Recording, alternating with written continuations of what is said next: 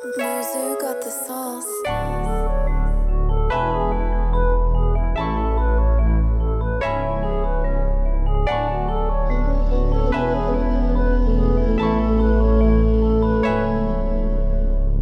Hey, I've been thinking about you lately. Yeah, let's make it right, baby. Yeah.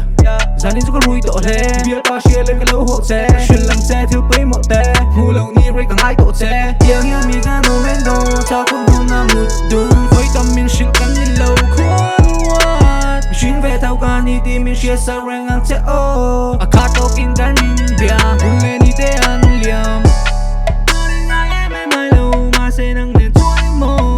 Mi đủ lại mi u. Giá na gần một tuần lại, nó star mình xin lên đi khá. Thiên tu cả này lâu, cây bông tu tăng cả đây về thâu.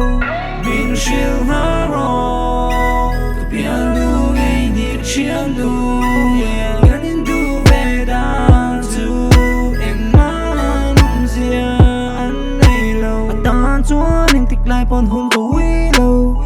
Chẳng nào in nạc kiang anh rin nằm ta kinh cập bế à.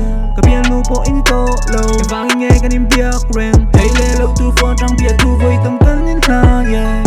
I'm so fucked up, I'm so lit, oh oh. Và là trên a rip, oh oh, nah nah. You so sexy, oh no no.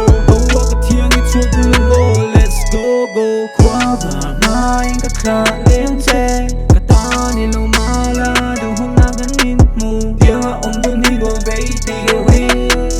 Cây phong tiếng à ôm hi go cái tí xinh, yeah. Mình siêu nó rồi. Bialnu nge Thiannu, yeah. Gần đến tu về đàn dù, em mang riêng